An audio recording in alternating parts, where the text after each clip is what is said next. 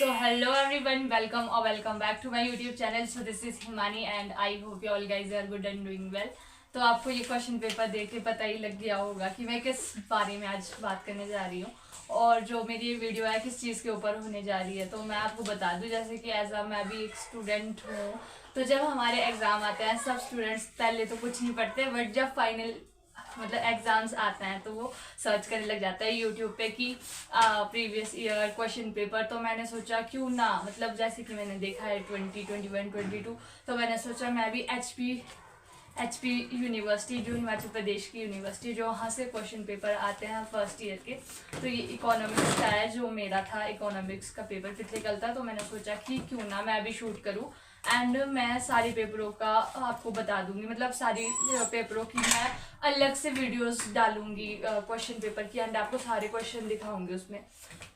So without wasting any time let's jump to the video guys. तो मैं आपको बता देती हूँ जो हमारा क्वेश्चन पेपर होता है वो 70 मार्क्स का होता है हमारा। जैसे कि यहाँ पे लिखा है मैक्सिमम मार्क्स 70 मार्क्स का होता है एंड 30 मार्क्स की हमें चढ़ती है असेसमेंट। वो आपको कॉलेज आके पता लग जाएगा कि मतलब किस चीज़ की वो असेसमेंट मिलती है।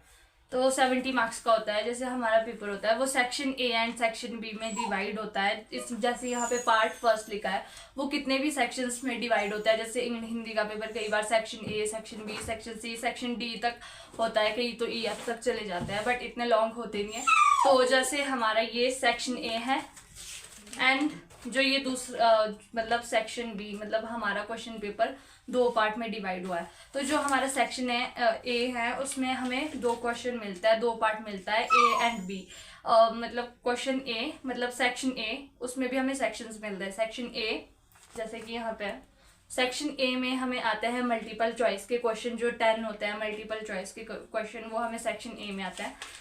एंड सेक्शन बी में हमें शॉर्ट टाइप क्वेश्चन आता है, हाँ शॉर्ट आंसर टाइप क्वेश्चन आता है, ये सेक्शन बी में आता है। तो मैं आपको बता देती हूँ जो ए और बी होता है इसमें सेक्शन, तो उसमें कोई भी हमें ऑप्शन नहीं मिलती है क्वेश्चंस में एंड हमें सारे अटेम्प्ट करने होते हैं। ये कंपल्सरी होते हैं, जो कि ये 5 मार्क्स के होते हैं। यहाँ वाले शॉर्ट आंसर टाइप ये 5 मार्क्स के 4 आते हैं।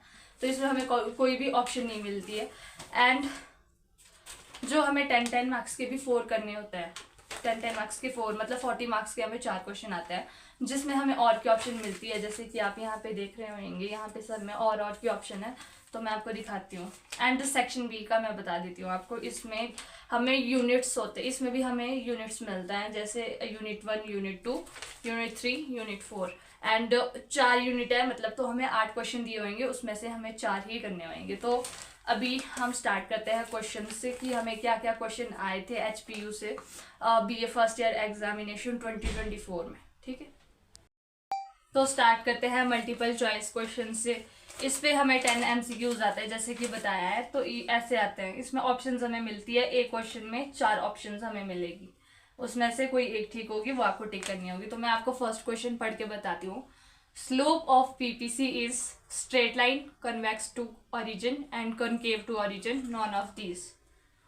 तो ये हमें 4 ऑप्शंस दिए, जो भी इससे ठीक होगा वो आपको लिखना होगा। And second question is principal mechanism is the feature of economic system, which economy system, मतलब ये है कैपिटलिज्म इकोनॉमी सिस्टम, इसका आंसर है। एंड थर्ड है income effect on inferior good is, तो आपको ऑप्शन दिया है पॉजिटिव या negative. Income effect on inferior good is positive और नेगेटिव, वो आपको बताना है, तो जो होगा। एंड जो फोर्थ है हमारा एमसीक्यू वो है if the demand curve is rectangle hyperbola, elasticity will be less than 1, greater than 1, equal to 1 and both A and B. And जो फिफ्थ क्वेश्चन है वो है diminishing marginal utility law is first law of Gossen, true and false, आपको इसमें बताना है।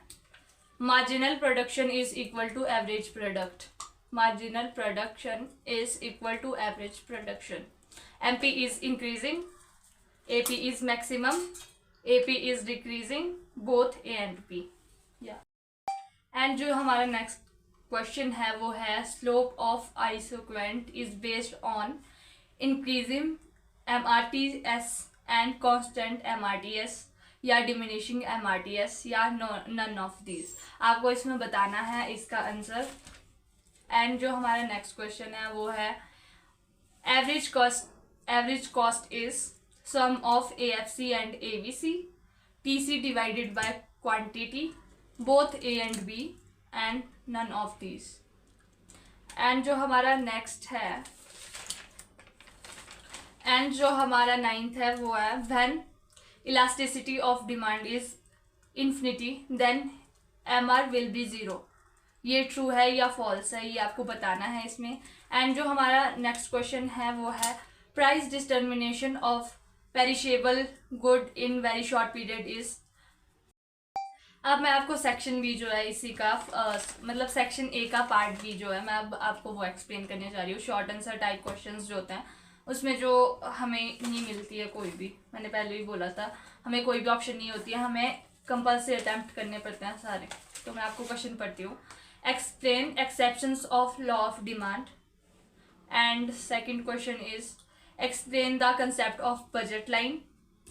And third question is why short run average cost curve U shape. ये मतलब बहुत बार आया है, मैंने देखा है, ये क्वेश्चन बहुत ज़्यादा इम्पॉर्टेंट है। एंड जो फोर्थ है वो है distinguish between market price and normal price. इसमें आपको डिस्टिंग्विश करना है market price and normal price के बीच।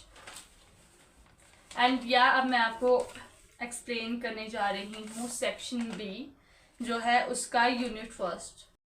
तो जो उसका फर्स्ट क्वेश्चन है वो है what is mean by demand, what is mean by demand and explain the determinants of demand. मांग से क्या अभिप्राय हैं एंड मांग को प्रभावित करने वाले तत्वों की व्याख्या कीजिए। तो मैंने पीछे वाले क्वेश्चंस हिंदी में नहीं पढ़ा है क्योंकि ये इंग्लिश मीडियम का मेरा है, तो मैंने सोचा मैं इंग्लिश मीडियम में एक्सप्लेन कर देती हूँ। एंड अगर कभी मुझे आगे टाइम लगा तो मैं हिंदी मीडियम में भी आप सभी लोगों को ये क्वेश्चन पेपर एक्सप्लेन करूँगी। मैंने सोचा कि ये वीडियो बहुत ज़्यादा लंबी बन जाएगी, इसलिए मैंने अभी सिर्फ इंग्लिश मीडियम में ही आपको क्वेश्चन बताया। एंड जो डिमांड के साथ हमें ऑप्शन आई है वो है defined elasticity of supply and explain the factor influencing elasticity of demand, sorry supply, elasticity of supply. And जो अब मैं यूनिट 2 बताने जा रही हूँ, जो इसका फर्स्ट क्वेश्चन है वो है explain law of equi marginal utility law and discuss the importance of limitations of the law, explain it's line features and cause of convex curve, मतलब कन्वेक्स कर्व या शेप।